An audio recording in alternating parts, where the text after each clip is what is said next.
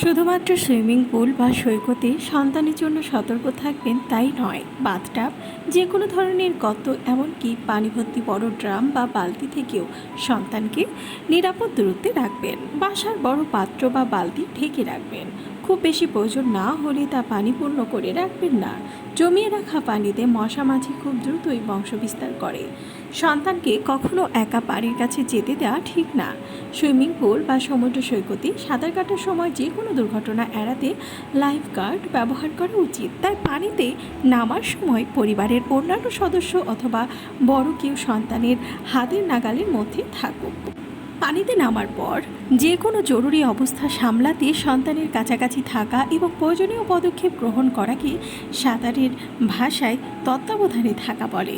পরিবারের সদস্য এবং বন্ধুদের সাথে সন্তানকে পানির মধ্যে দাঁড় করান এবং জরুরি অবস্থায় কেমন প্রতিক্রিয়া করা উচিত সে সম্পর্কে বলে রাখুন। প্রয়োজনীয় ফোন নম্বর লিখে রাখুন। আর আপনি যখন সন্তানের দিকে নজর রাখবেন তখন কেবল তাই করুন। স্মার্টফোন বা অন্য কোনো কিছুর মধ্যে মনোযোগ দেবেন না।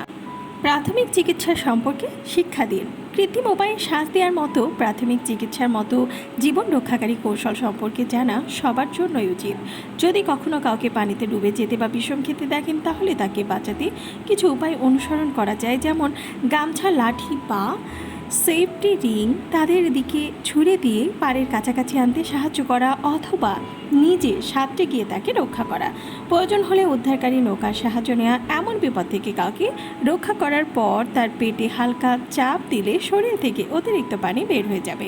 হৃদরোগী হলে বা কেউ যদি অজ্ঞান হয়ে যায় তাহলে কি করণীয় সে বিষয়েও জ্ঞান থাকা উচিত। তবে মনে রাখতে হবে, কেউ ডুবে গেলে তাকে উদ্ধার করে পাড়ে আনাটাই প্রথম করণীয়। সন্তানকে সৈকতে নিয়ে যাওয়ার আগে তাকে প্রয়োজনীয় কিছু নিয়ম সম্পর্কে ধারণা দেওয়া উচিত, যেমন পানির কাছে দৌড়াদৌড়ি করবে না, অন্যকে পানিতে ধাক্কা দেবে না, আর কখনো দৃষ্টি সীমানার বাইরে যাবে না। আপনি যদি এই নিয়মগুলি থেকে করা মনোযোগী হন তাহলে সন্তানের দুর্ঘটনা ঘটার সম্ভাবনা অনেকটাই কমে যাবে। লাইফ জ্যাকেট ব্যবহার করা। লাইফ সেভিং জ্যাকেট কোনো খেলনা সামগ্রী নয়, এটা আপনার সন্তানকে পানিতে ভেসে থাকতে সাহায্য করবে।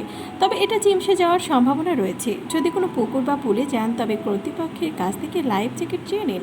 পারলে নিজে একটা লাইফ জ্যাকেট কিনে রাখতে পারেন, কারণ অধিকাংশ ক্ষেত্রে আমাদের দেশের সৈকতে এই সুব্যবস্থা নেই।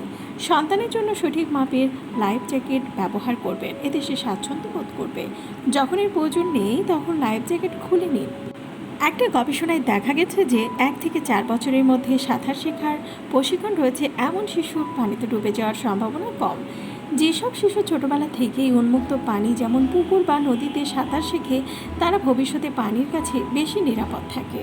ভিডিওটি ভালো লাগলে চ্যানেলটিকে সাবস্ক্রাইব করুন আর পাশে থাকা বেল আইকনে ক্লিক করে দিন।